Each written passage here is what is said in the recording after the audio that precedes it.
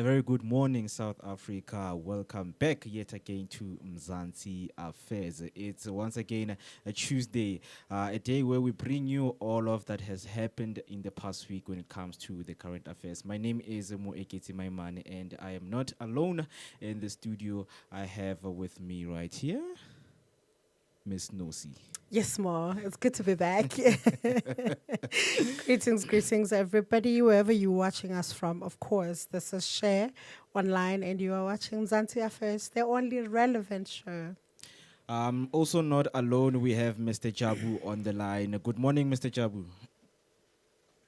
Good morning, Mo. Good morning, Nosi, and good morning to our viewers and our listeners. How are you doing this morning, sir? I'm great, thanks, and you, Mo? I am good. I just want to ask you guys, how was your weekend? Shall we call it the long weekend that we are from? How was it? Let me start with you, Mr. Jabu. It was great, Mo, but I was indoors most of the time because it's cold, now.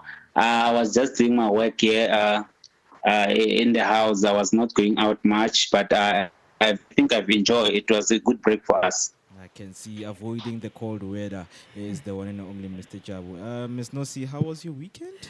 Mine was very good. Unfortunately, I was not indoors. I had a lot of things going.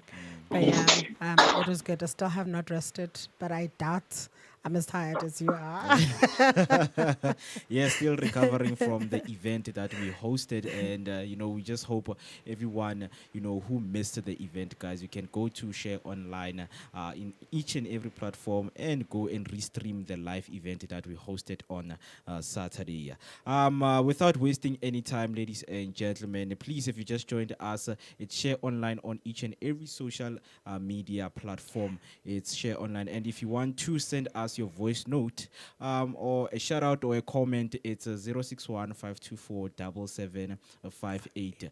Right now we are going to give you a little bit and a glimpse of what we are going to be talking about today, which is the 7th parliamentary sitting that happened last week Friday. So there was a lot to unpack. There's a lot to unpack when it comes to the parliament, because we saw out, political leaders and the 400 members who will be sitting in parliament, went there and they voted, of course, on who to be re-elected. The new speakers and the deputy speaker is what we are going to be talking about. I just want to know, guys, just how you are feeling about this in terms of the parliamentary seating. Were you expecting what you saw, or it was just, dramatic as always? Let me start with you, Jabu. I think I was expecting what happened more, but most likely to say it's what people vote for. It's a choice from people. They made the decision that they will vote ANC, they will vote DA, MK, and EFF. So what was happening, I think, is the people that we vote for to represent us. So they've made a good choice of voting for those people. So it's time for them to deliver what they're supposed to deliver at the end of the day. All right. Ms. Nosi? I also expected the outcome more in terms of the coalition. I think in my head I had already assumed that ANC will go to bed with DA, and of course they will form the GNU that they formed strategically. So yeah, I had expected that. I mean, we saw a lot of turnarounds on what happened there, in terms of the people who were re-elected to be in the places that they have been for a long time. And then, some of the things that other political members were not happy about, and they have stated, as much as the president was re-elected, each and every political leader was given a chance, to give their speech on what, they want to say in terms of the congratulations they want to give to the president. So right now, let us go for a short break, and then when we come back, ladies and gentlemen, we are going to be unpacking what happened last week Friday on the 7th parliamentary sitting that happened in Cape Town. So right now, let us take a short break, and please do share your comment down below while we're still on the break and tell us what you really think about what occurred on that day.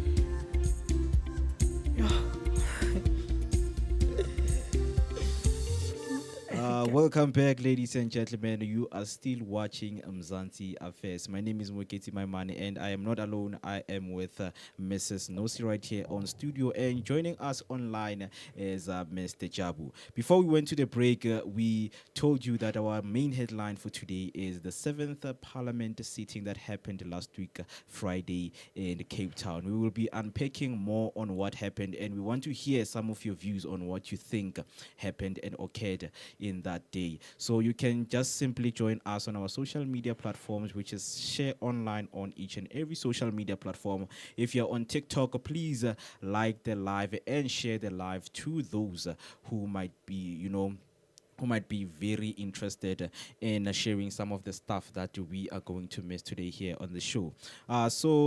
Guys, as we know that on Friday, the 7th Parliament, the reason they say the 7th is because since from 1994 up until right now, the democracy, it's been the 7th Parliament seating. So South Africa's newly elected Parliament convened for the first time in Friday. So we know that Zondo is the top country's judge, and he presided over the ceremony at Cape Town International Convention Center, where the lawmakers, they take an oath office. So in terms of what happened there, so the ANC lost its parliamentary majority for the first time and gaining power over 30 years ago at the end of apartheid.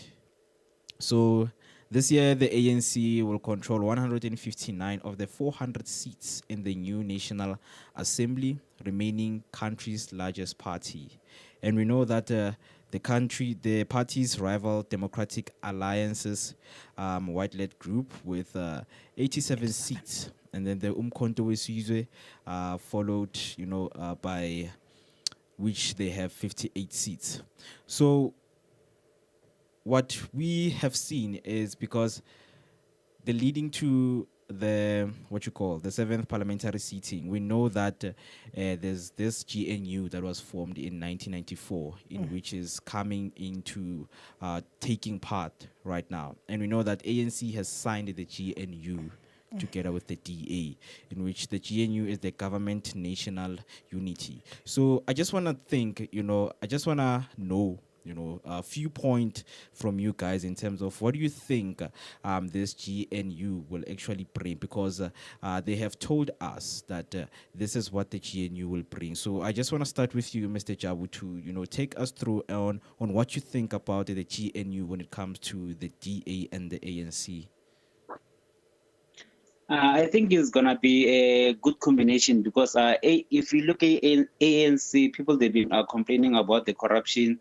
And it seems like DA, they are there to fight corruption. So they are going to hold the ANC accountable for every action, So it's going to be a good thing. Looking forward for it.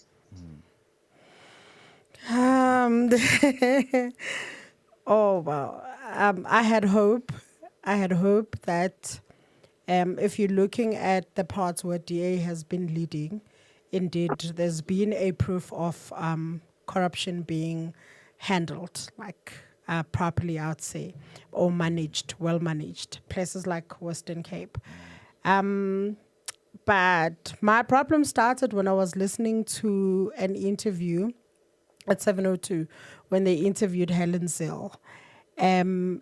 They were initially saying, since the president that they have elected already has a case, the Palapala case that we all know about, what are they going to do about that as an example of handling corruption? The response was, they cannot impeach a president they put in power. Now, I then started having a problem saying, how many things are they going to overlook for the sake of the partnership or sitting together? Then, for me, it started on a shaky ground. It moved the hope that I had, but we'll watch and see. I mean, for those who are at home, I just want to share, a screen with you on what the GNU is and how the president has tried to actually put it together for the people. Right now, I just want to go through, where he clearly states, what is it and what will it do for the people. So right now here on my screen, I hope everyone can see what I'm sharing with them. So the GNU refers to a political arrangement in which different political parties or fraction come together to form a coalition government. This is often done in times of crisis, transition, or to promote national stability and reconciliation. So in South Africa, the Government of National Unity was established in 1994 after the country's first democratic election, which marked the end of apartheid. The ANC, led by Nelson Mandela, formed a coalition government with the IFP, which is the Inkatha Freedom Party, also with the National Party. So this GNU aimed at promoting national unity, rebuild the country, and address the social and economic inequalities created by apartheid. I mean, this also, speaks about when Ramaphosa is actually being re-elected as the president of South Africa, because as much as the GNU is aimed at promoting national unity and rebuilding the country, so it seems now that as much as one party has led for so long, it's like they have been failing at building and rebuilding some of the parts of the country that has been, broken down. So now this GNU and in promoting the national unity, it's that again that we think it is going to be rebuilt with these joint parties and these newly formed coalition. So I believe that the GNU also, will bring some of the, lost traditional ways that we had since in 1994. So as much as we see that this GNU and the coalition has now began, people have started to talk, in terms of how things are going to pan out. So different political leaders in the seventh sitting, as much as they were called to congratulate Mr. Cyril Ramaphosa on being re-elected, some of them, they stated the crisis that, people of the country are hungry and people of this country are tired of what has been happening. Yeah. So what is it that is different that Mr. Ramaphosa will do in this country in terms of being re-elected again as a president? Is it that maybe him working alone, not alone, but as joint, in the ANC, leading the country? Now we see that we have IFP, we have MK, we have DA. So are we going to see a lot of changes in terms of, what has been happening? So I just want to know from you guys, like, what do you think of this coalition also mixed up with this GNU in terms of moving our country where we want to see it go? Mr. Jabu. I think there will be a lot of changes, of course, because there will be a supervision from other parties, so it's not going to be a walk in the park as ANC used to do before.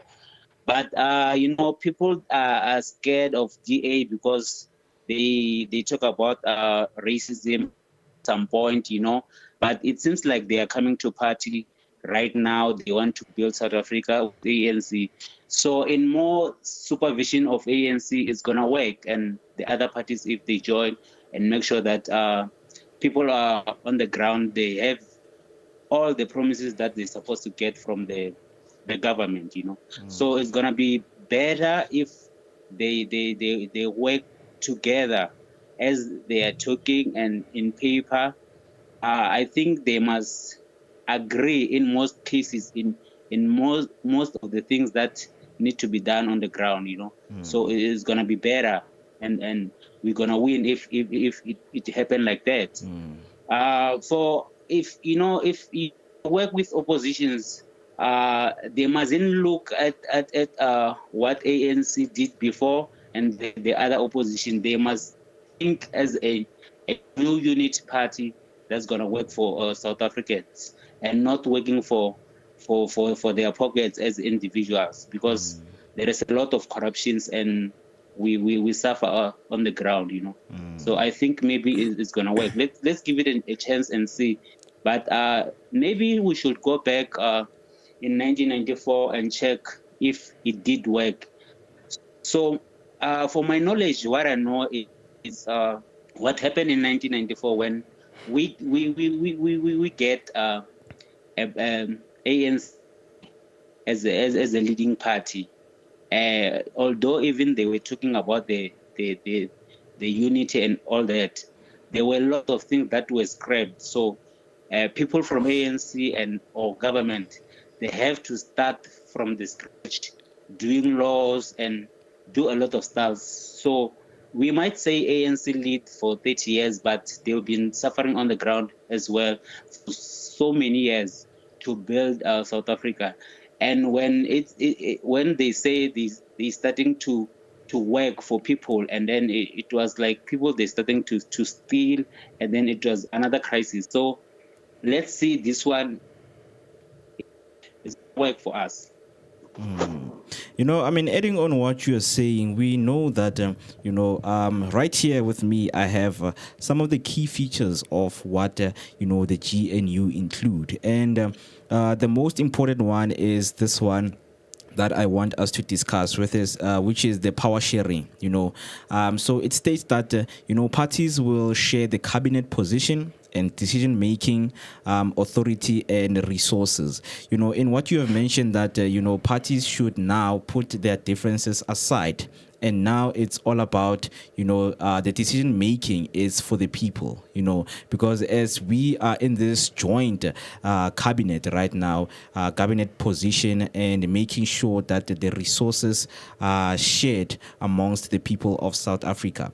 In terms of sharing everything and sharing the power, it's going to be a very huge challenge, because as someone who has been leading for a long time and having those majority votes from the people of South Africa, that means all of the frameworks and structures that you have built and that you think have been working for people, have to be changed, because we saw that I think in last month we saw the president signing the NHI bill, in which the DA is against that. Those are some of the things that, when they sit down and set to discuss on a way forward, how do you get to, share power amongst these parties who have been fighting for power all of these years? So it's going to be a challenge. It's a very huge challenge for these parties, because now when you go into a coalition government, you put away your differences, and your differences are what makes your party. So now, what differences should we put so that we can say now we are ready to serve the people of South Africa? So we're just hoping that everything, when it comes to the talks that are happening, when it comes to the coalition government, is what they say they are, putting the difference aside. But I just want to know, Nosi, when it comes to power sharing, amongst and along the time when, seeing these parties, running and yearning for the power, to be in power, and to rule South Africa for the better. So what do you think is going to happen in terms of the power sharing amongst these parties in the coalition government? More, I think none of them would want to look like hooligans. In a sense of that, they still hope that any of them could rule in the next coming 5 years. I think they all would want to be seen as people who can lead us to where the country needs to go. But as for President Ramaphosa, for the first time, I would say he is now actually going to be a president of the Republic of South Africa, not the president of ANC. He has to listen to absolutely everyone, and that the better way they can do this. Of course, it's not going to be a walk on the park, as we have discovered that they all have differences. But I think the best way to do this, it will be for them the very same way they came to the people and urged people to vote. It will be for them to come to the people again and re-listen to the people's needs. And having taken that into consideration, maybe sit and say, look, I understand that we do not agree in this, but if you're listening to the 99% of the people of this country, this is what they want. Can you maybe lay down your view for the sake of the people?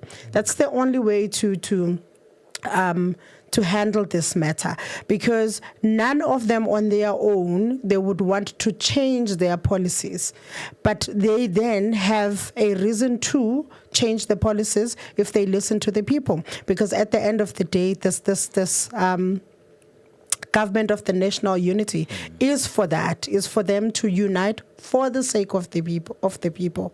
So what am I saying? They may be able to hear one another, because nobody is going to want, from these ones that have already formed the government of national unity, nobody is going to want to come out as just disagreeing for the sake of disagreeing or being stubborn, because they all have the hope of ruling one day. They all have the hope of being in full power one day.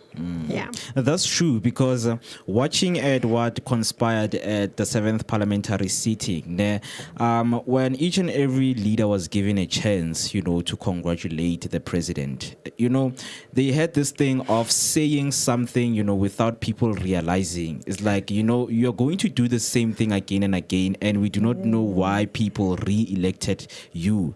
So, but we've got a very positive response, from, I think it was the IFP leader, who's the IFP leader again? Velinkosi. Yes, Mr. Velinkosi.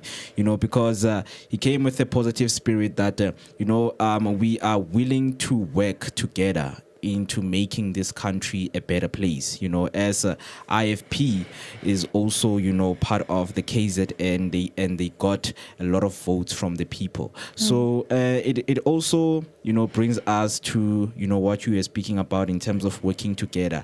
And the key feature of the GNU, we talk about the consensus building. So the consensus building, it reads like this.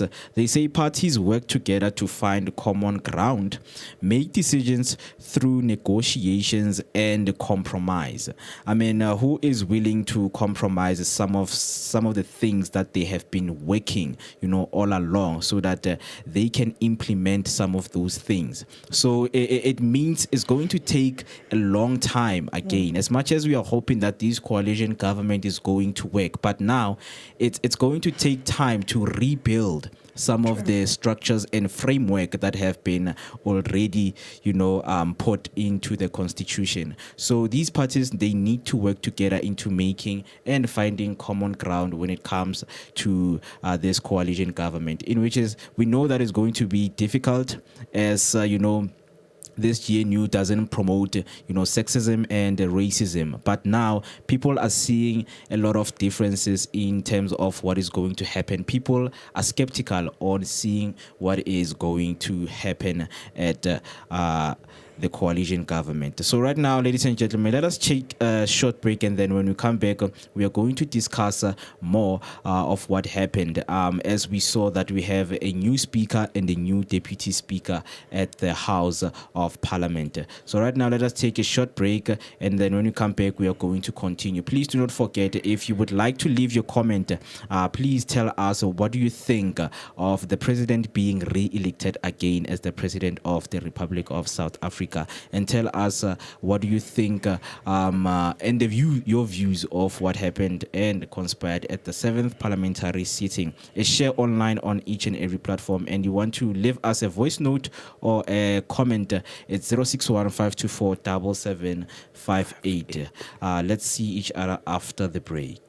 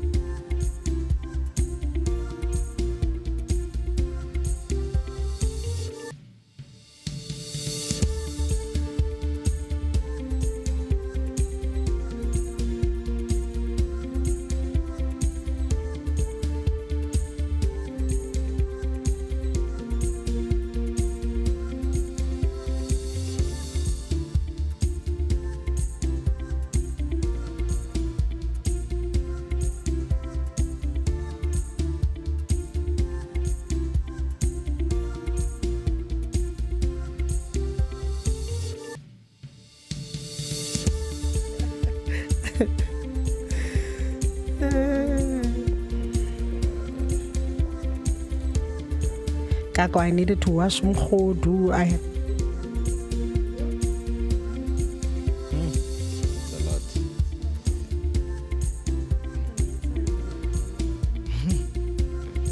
Let's go.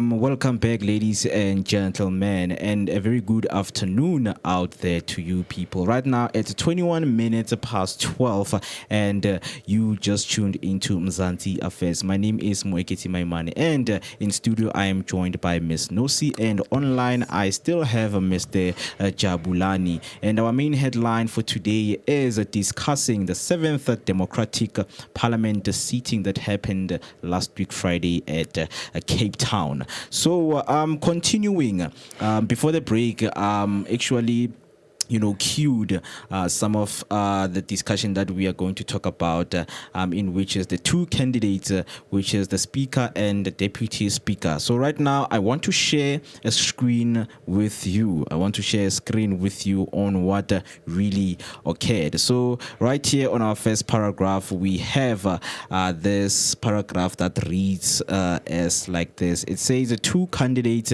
Ms. Togo Didiza and Ms. Veronica Mente, were nominated for the position of Speaker. Mrs. Mente received 49 votes, while Mrs. Didiza was elected with 284 votes.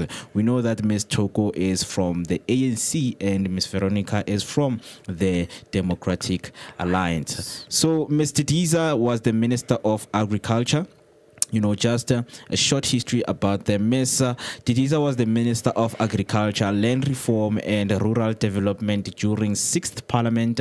She was first elected to Parliament in 1994 and was the first woman Deputy Minister of Agriculture from 1994 up until 1999. She served as the Minister of Agriculture and Land Affairs from 1999 until 2004. And she was appointed as Minister of Public Works in 2006. Also, previously, Ms. Didiza served as National Assembly House Chairperson for Internal Arrangement as a Chairperson of the Ad Hoc Committee to amend Section 25 of the Constitution. So, seeing these kind of changes whereby we have, different speakers in the House and also the Deputy Speaker. And we know that Mrs. Togo is from the ANC and the Deputy is also from the DA. So we are starting to see some of the things, starting to be put into action in terms of what is going to happen for the future of our country. So as much as we know that in terms of making sure that newly appointed people are there to represent people and speak for the people of South Africa, a lot of questions come to people into, what is really the purpose of having the speaker, because we know that most of us do not understand what a speaker does. All we know is just they say order. Order is just you're appointed to put order into the parliament, but there is more of what the speaker of the parliament does and the deputy speaker does. So but there's that was some of the short highlight of what has happened at the 7th parliamentary sitting so right now I just want to continue where we left from in the key features of a GNU. So right now we have what we call cooperation. So cooperation and the key features of the GNU reads as like this. So they say parties put aside their differences to achieve common goals and priorities. So right now, guys, I just want to bring this, conversation into us. I want to start with you, Mr. Jabu, into what do you think when it comes to parties, putting their differences, to achieve common goals. We know that these parties, they want to put that differences forward and prioritize them. So because they believe that these differences, they are the ones that are going to put the country where it belongs. So I just want to know, what do you think? Is it going to be possible that parties will put their differences so that the country should be where it is? I would say not really more, but they will try by all means, to do their best, because of we'll be looking at them each and every time, more especially when I talk about like supervision from DA to ANC, but there is a lot of differences, and that they have to separate these parties, or look at the end of the day. But what I will say is they need to try their own best to do so, because now it's all about working for people of South Africa, people that are on the ground, people that are looking up for this to make it work, because we've been suffering a lot, so we're looking forward for these people to take their differences aside. But some of the differences are critical, because when we talk, we will be crying about equality, which is black and white need to be equal from work, everywhere we go actually, and everything that we do. But it has been tough. If we look at the 30 years that ANC that has been leading, they've been trying, but the opposition, they've been fighting. And you see, a simple example, the NHI bill, DA is opposing, and ANC just signed it before the elections, and they didn't know that they're going to have a correlation with DA. So what's going to happen with that? It's something that they're going to store and put it aside, and act like they don't see it. Like Palapala saga for the president, I think they are dimming on that side. They're not going to talk about it unless if it's a chess game. We'll see the best move of other political parties that are coming behind.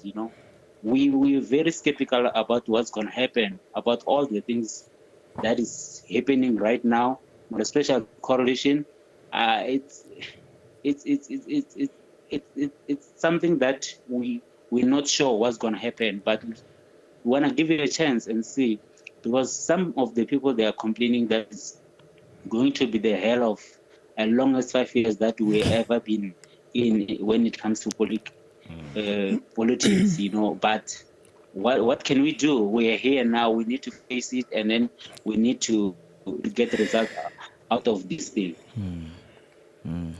Definitely the longest 5 years. The longest 5 years that we're going to have. But I am glad this marriage is not just between the DA and the ANC. I'm glad that there are other parties. When there's a disagreement, it can always be taken to vote. Because if you were looking at the National Assembly when they were sitting, there were disagreements. There was one particular that stood out in terms of counting in the visibility, or doing what that the judge had initially set out and sent, that according to the policy, this is how things need to be done. When they had a disagreement, they all needed to find a common ground, where others said, let's count right here in the middle. And others said, no, we cannot do that because the constitution was sent out already that says this is how we're going to count, and nobody disputed it. And another member came and said, look, let's count in the visibility, but maybe not right here. Elect some members from each team to go and be visible when it's counted. So they were able to reach a common ground and things like that based on the vote and suggestions.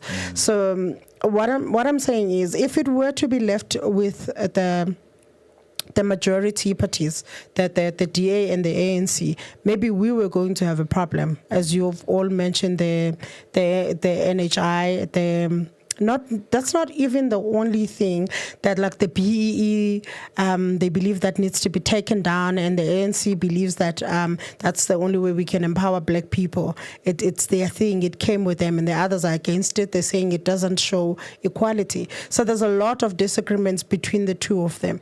But I guess because we do have other parties that play mediator, that will be the watchful eye. Because of that, there is hope that they could reach an agreement, a compromise, as we have said. Lastly, more, like I said, the policies are made by the same people. And they are the same people that can restructure the policies. Because if you look at the matter of the GNU, it's not the first thing. There are laws and rules that govern that. Nobody would have thought that de Klerk and Mandela and Mangosuthu would have been in the same house and in agreement, but they were able to pull that off for the sake of the people. I think it can be done again in this time if they say their drive is the people. They just must remember, why are they in parliament? Why are they in leadership? If they say it's for the people, then people should rule the decisions that they make. I mean, it's true. It's true, because right now, I want to share a screen. As much as we're talking about the differences that each and every political party is hoping to bring. So let us go to the IEC dashboard, in which is the manifestos and the key points. I'm not sure if, people can really see this, when you're at home. So right now, in terms of the manifesto key points right here, we have the EFF, the DA, and the ANC that are highlighted right now. So the key point for EFF is they want to address the land reform, and then they want to create jobs, energy and electricity supply, with emphasis on economic empowerment and public services enhancement. And then the manifesto title for the DA, which is the rescue plan, the key point for them is to create 2 million new jobs. They want to end load shedding and water shedding, half the rate of violent crimes, abolish cadre deployment, lift 6 million people out of poverty, ensure quality healthcare for all, improve public service delivery. And then down to the last one, which is the ANC. The ANC, there are 6 priorities, including job creation, economic inclusion, addressing high living costs, investing in people, defending democracy, and enhancing a global cooperation. So these are the differences that they're speaking about, because when you speak about the GNU and the key features that are there, we see that, in terms of making sure that the country and these political parties work together, we have what we call putting aside their differences. But now, as we are reading through this, we see that when it comes to the DA, they have a certain target that they want to reach. That means for them, creating 2 million jobs will be something that they're hoping to do. They are not, hoping to create more than 2 million. When it's 2 million, it's like, we're done. We have done our part. And then they also came, and then they say they want to lift 6 million South African citizens, people out of poverty. So that means people living in poverty, there are 6 million people living in poverty. I mean, those kind of differences, those are the ones that, when they start sitting down and, start to put aside, it's like, okay, what do you mean we need to put aside? Because when you look at what the ANC is trying to do, they want to invest in people, and then the DA wants to lift 6 million people out of poverty.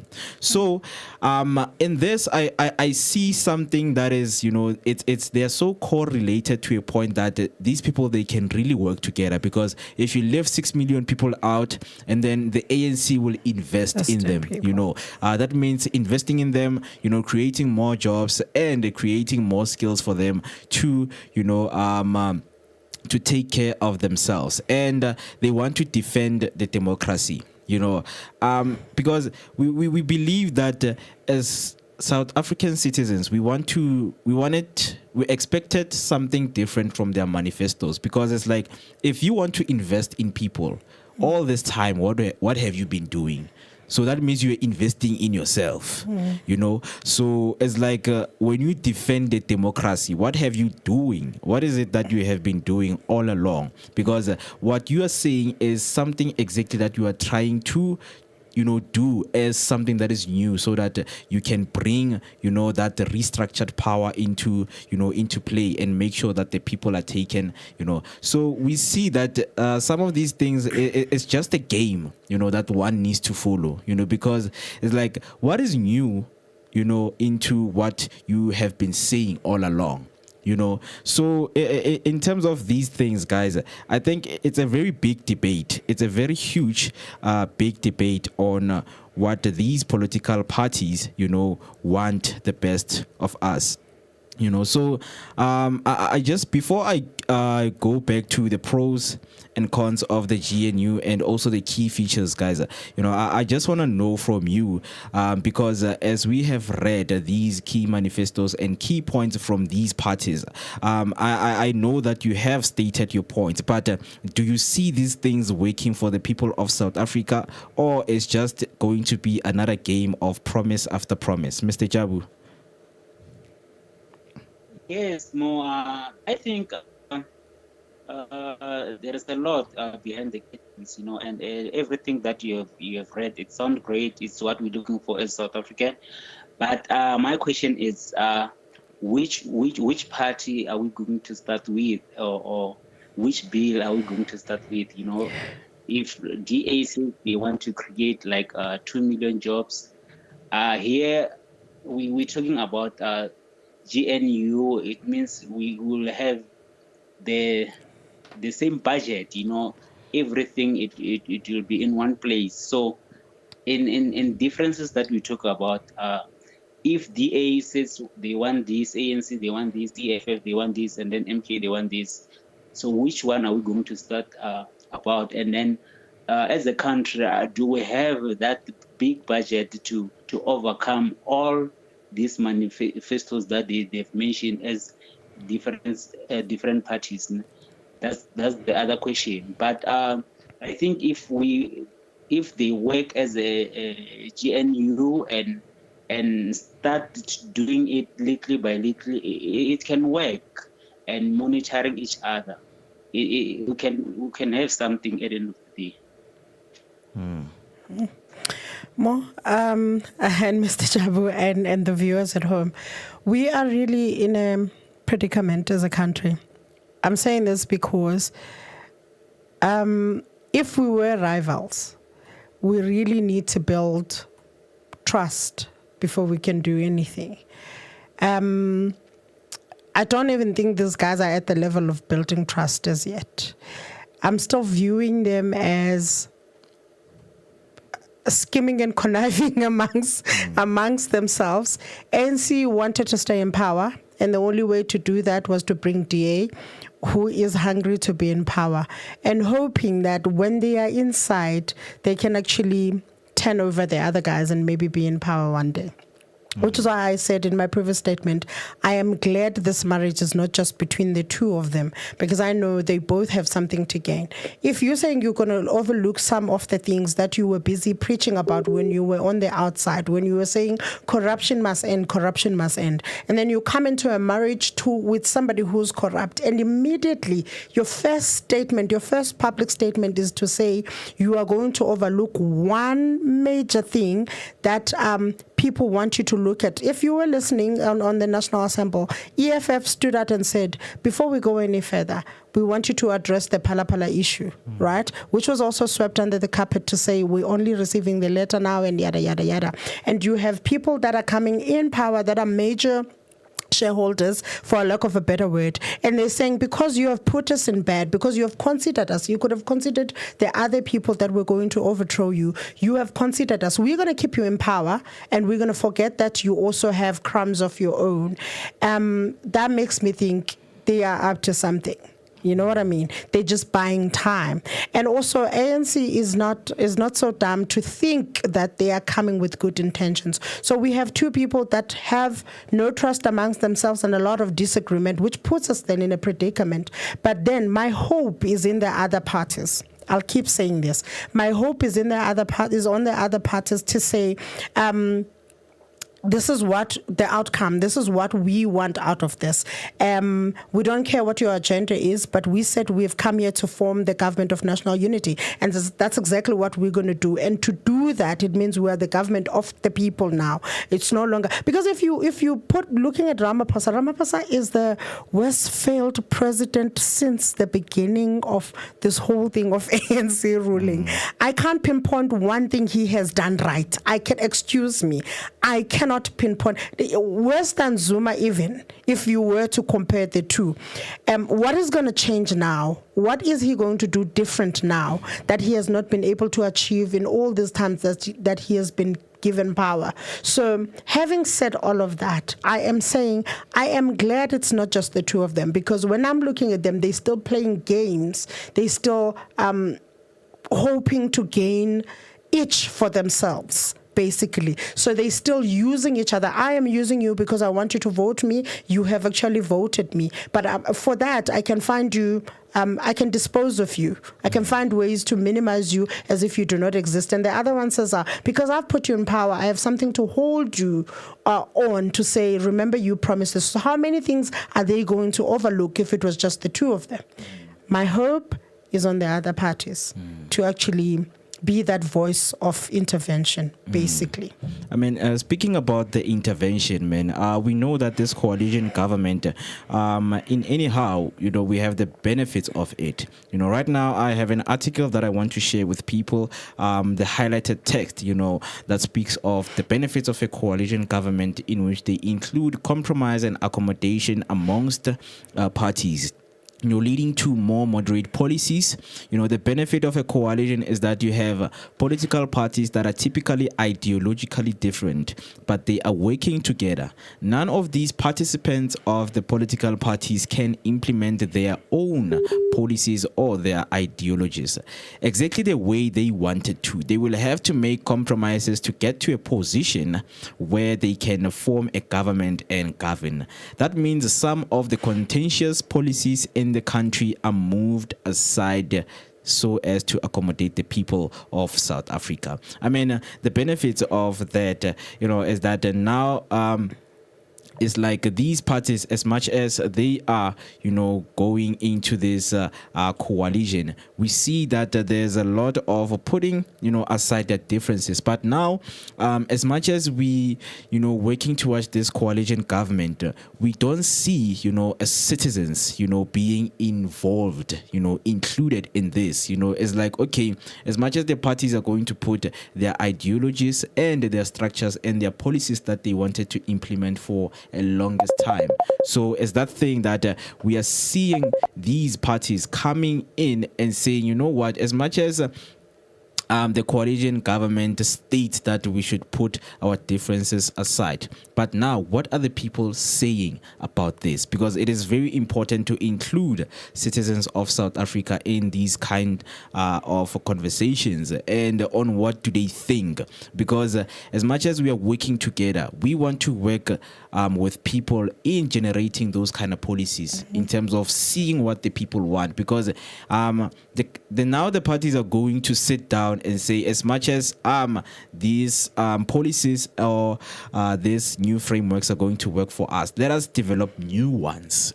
And these new ones, are we sure that they're going to work for the people of South Africa, or they're going to work for the benefit of their own party? Because we know that as much as these parties, they have their slogan onto what they are and what they represent in this country. So it's like, if you have the DA, they have their own slogan. Each and every political party, they have their own slogan. Right now, how do we remove those slogans that they speak to those individual parties into making sure that they are in power and people don't forget about those parties? Because most of the parties want to do what ANC has done, because ANC is going to be rememberable to, the old generation. So some of the parties, they want that kind of power, so that people and the young ones will always remember them into changing, what is going on in this country. So this is the discussion. So please join us on our conversation on each and every social media platform. It's Share Online. Share your comment and tell us what you really think of the new government, government national unity and the coalition government that we are moving into. So you can share also your comment or your voice note on 0615247758. Right now we're going to take a short break, and then when we come back, we are going to continue discussing our topic of the day.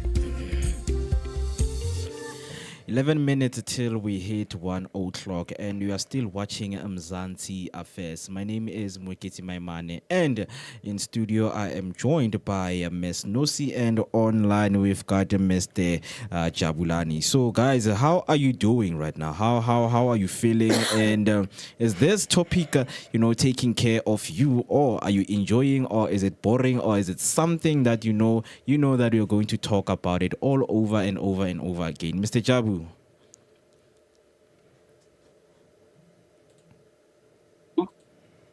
I think it's interesting, because I think everyone in the country is talking about this, and a lot of people, they don't understand what's happening, what will happen about this correlation and all this stuff.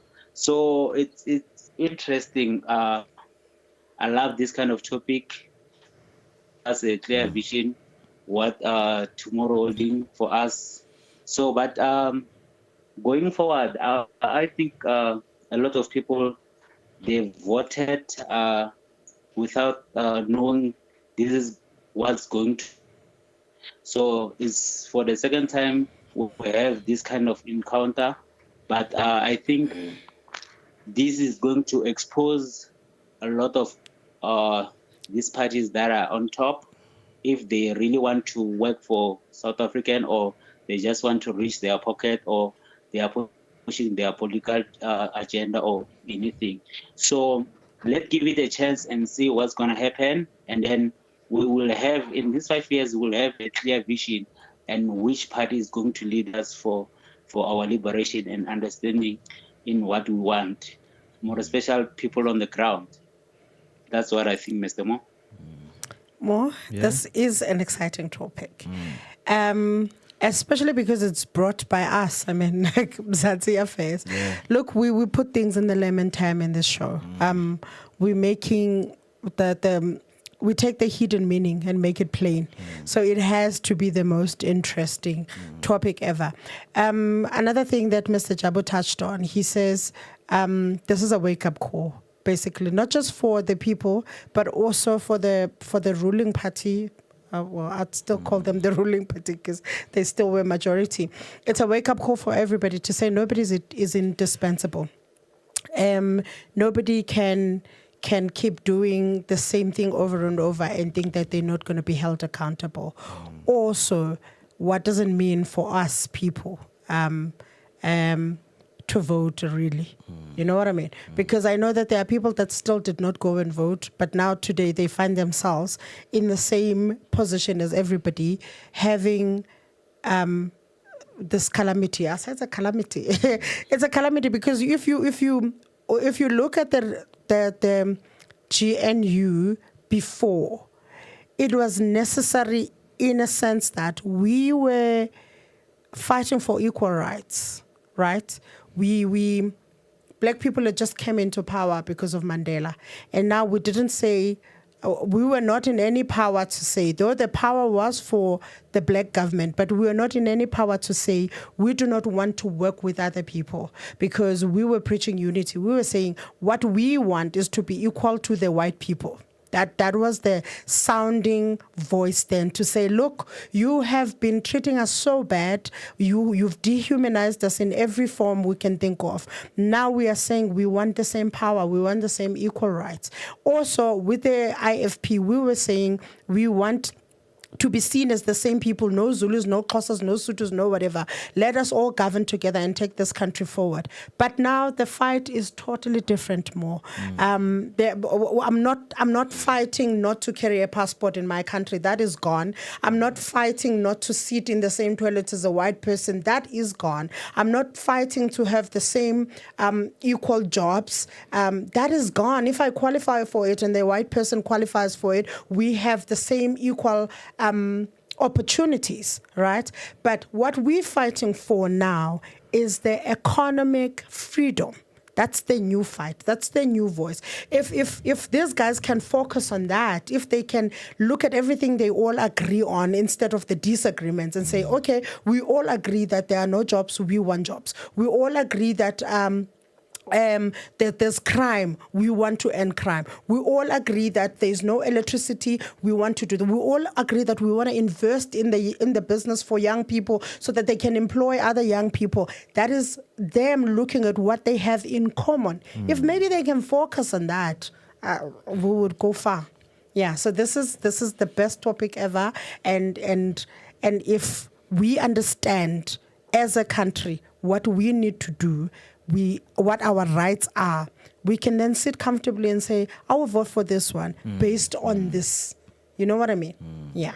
Indeed, man. Shifting the focus is the most important aspect of what our country needs right now. Because on the 29th of May, a lot of people went out to cast their votes, and they voted for the people that they want to send to parliament to represent them in terms of their what they are crying about and the crisis that they're going through. So right now, I just want to unpack something, unpacking MK, formerly known as Umkhonto weSizwe, why they wanted to prevent Friday's parliamentary sitting. So man, it would be lovely, and we are still working on getting these people, into studio, and it would be nice to talk to the people and tell them, what is really happening outside there in the field. So right now, I have a text that I want to share with you. Okay, let me do this. Yes. So here we have a highlighted text that says Umkhonto weSizwe Party on Tuesday filed a two-part application with the Constitutional Court interdicting the first sitting of the National Assembly. In a nutshell, the MK Party wanted the Friday sitting cancelled because they believe that the election results were declared prematurely, and they want President Cyril Ramaphosa to proclaim a new date for another election within 3 months. And this also came, after Chief Justice Raymond Zondo announced that the sitting of the NA will take place on Friday as well. The vote for the president and parliamentary speakers, all of which the MK Party has slammed as unconstitutional.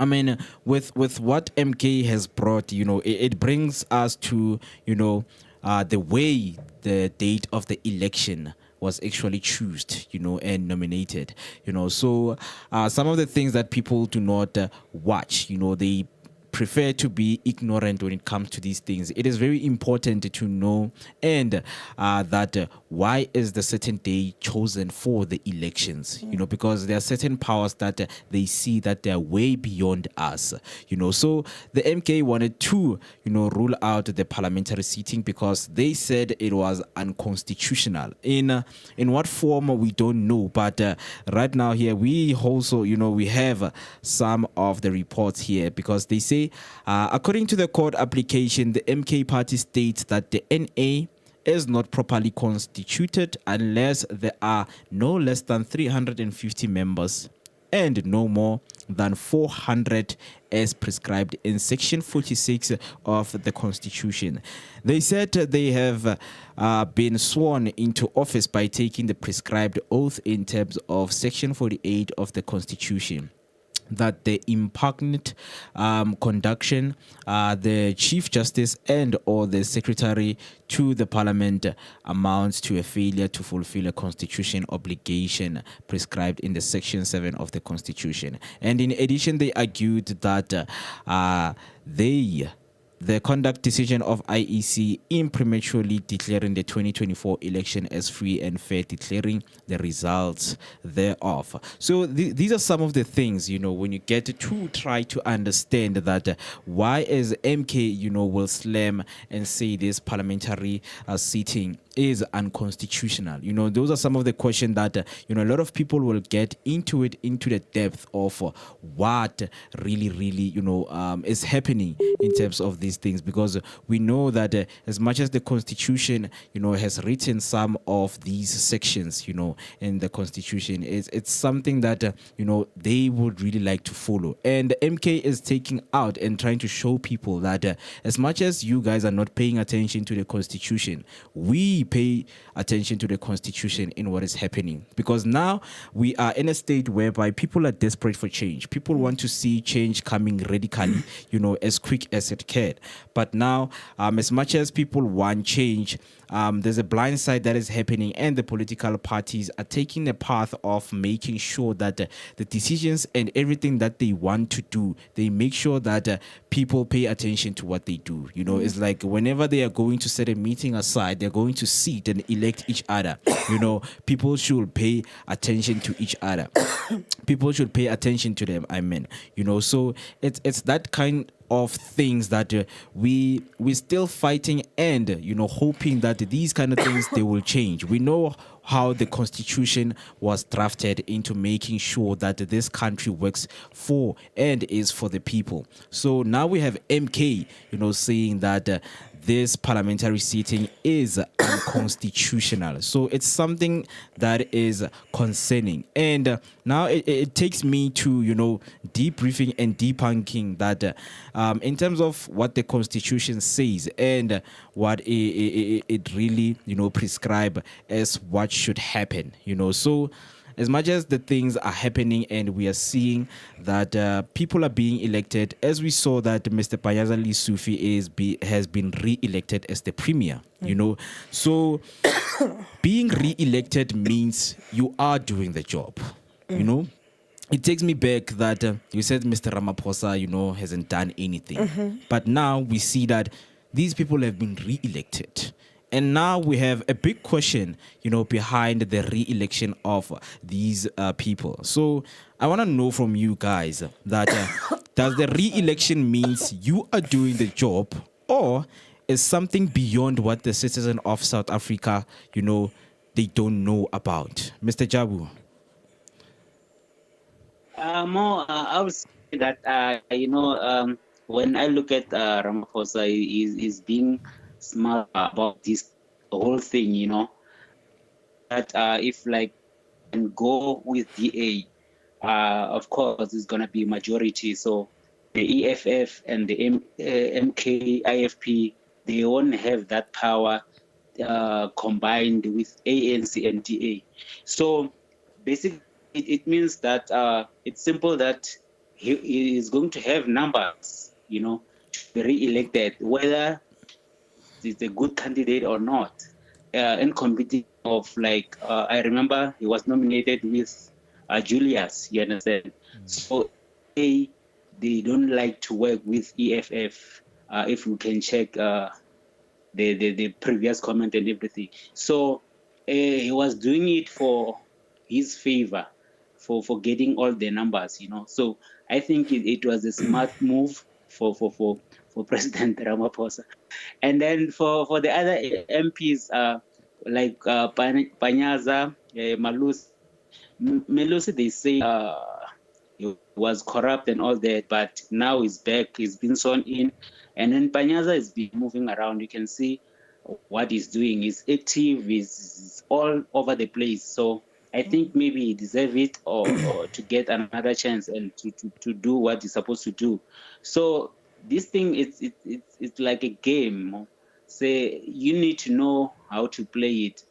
With MK, you see, they say this sitting was unconstitutional, So it means they are fighting their own battle in there, but they want to use law and everything behind it.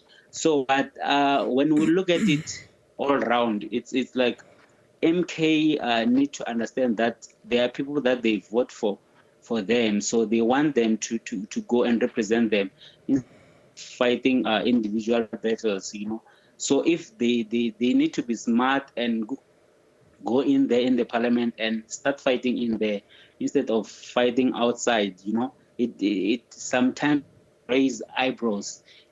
They started complaining about the IEC. Now it's about the sitting. So we don't even know what they stand for if it comes to this game and what they want to do or how they want to see the outcome. That's why you see Ramaphosa decided I better go with DA, and you know that ANC and DA it's oil and water at some point, but because of whatever that reasons of Zuma or maybe fighting for individual battles, not for a party, it caused chaos. But let's see what's going to happen. And at the end of the day, I think parties need to go to the parliament and fight for their people that they voted for. More, I would say the only deserving person in my own arrogant state is Panyaza. As for other re-elected people, it's really questionable. it boils down to being given a choice between an apple and a banana, really. If you are given a choice between an apple and a banana and no extra, you are going to likely choose the one you can swallow better. It doesn't mean you love any of them. So they were faced with Mr. Julius Malema, Honorable Julius Malema, and President Ramaphosa, and they needed to choose a president at the end of the day. Do I say they like any of them? Maybe not really, but they are the ones that they were presented with. There were no any other likely choices. And we all know how Honorable Malema can be like.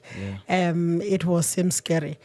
If, hypothetically speaking, it was a different person sitting as the president-electee of the EFF, I think the outcome would have been different.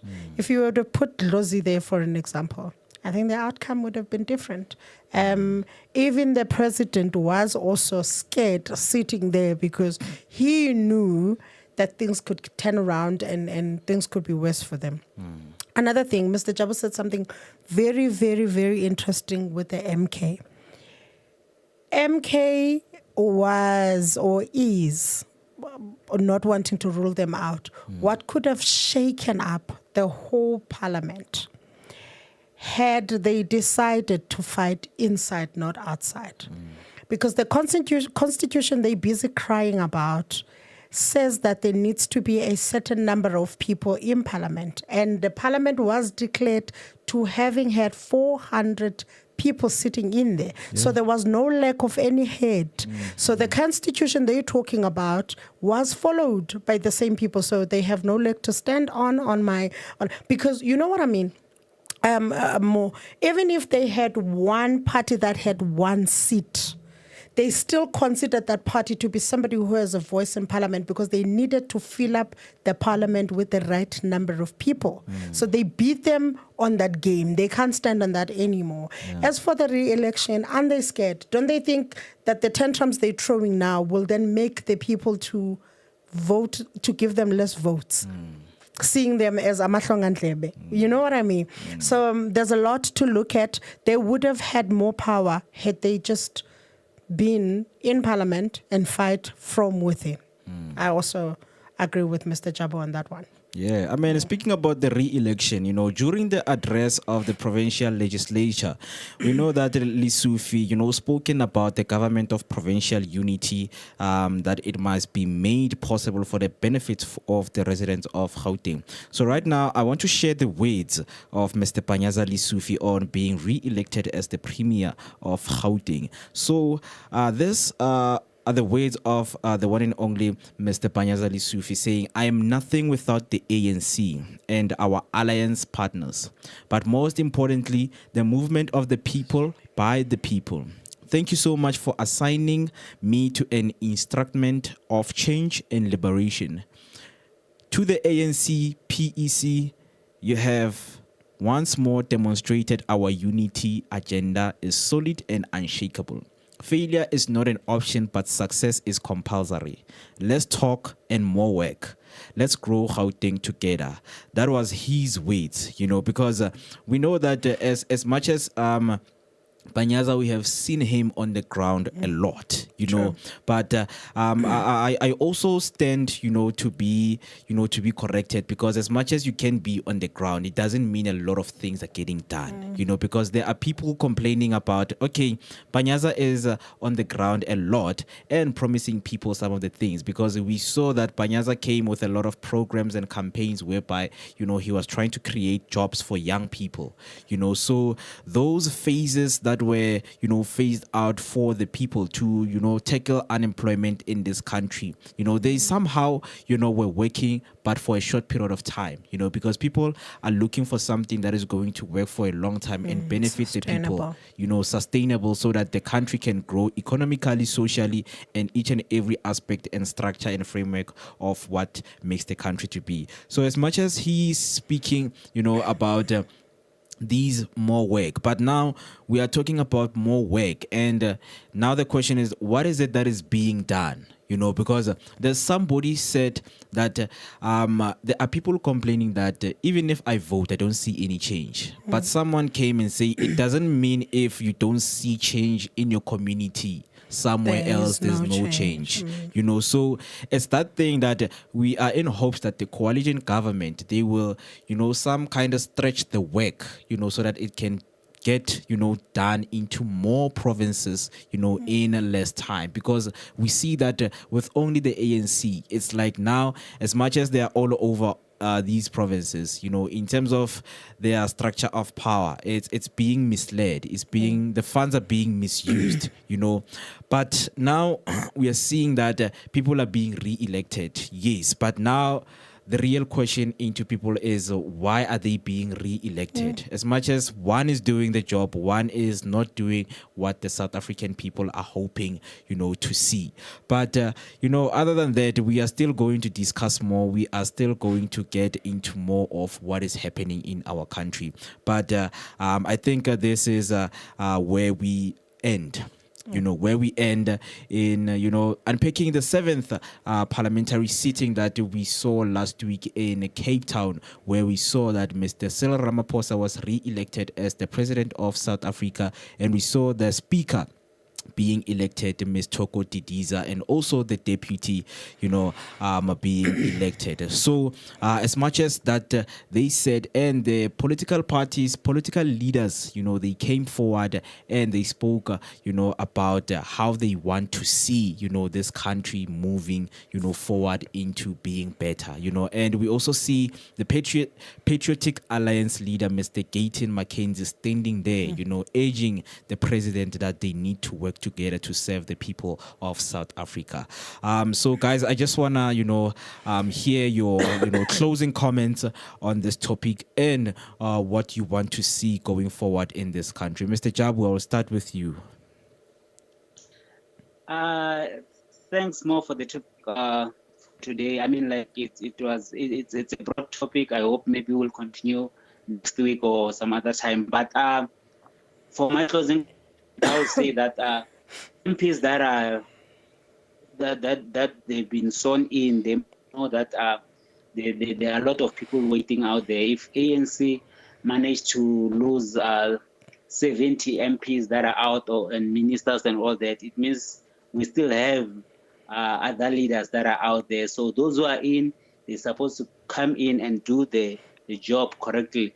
And if they don't do it, they must be ready to be shuffled so that we will have good people to deliver at the end of the day, because it's all about delivering service to the people that they voted you at the end of the day.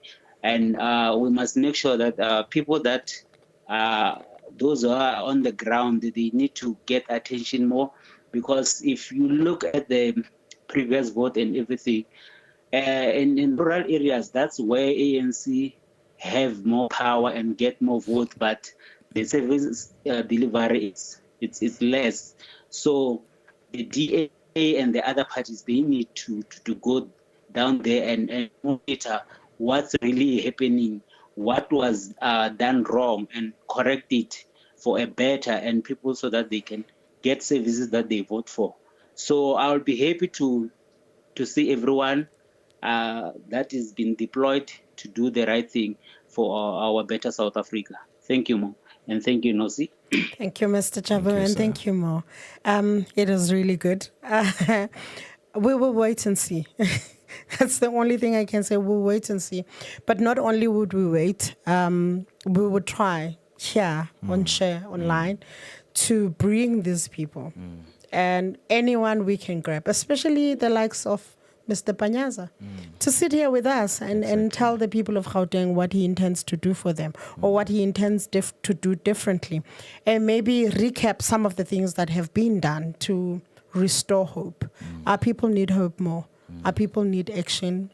Our people need service delivery. Our people need change. What is happening today in this country is a proof that people are fed up. People have had enough of empty promises.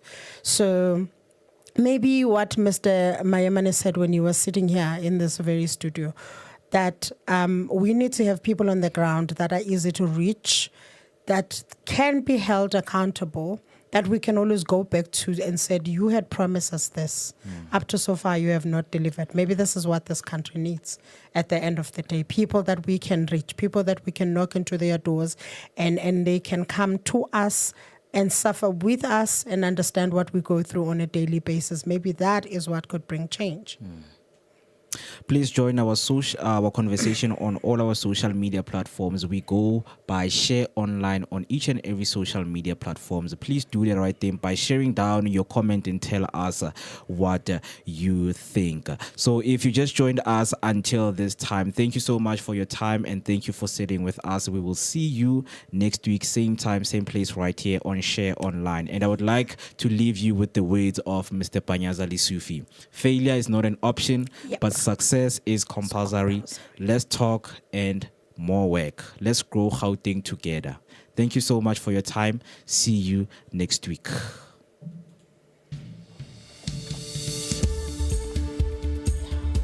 I'll give Nandi some time. I'll give them some.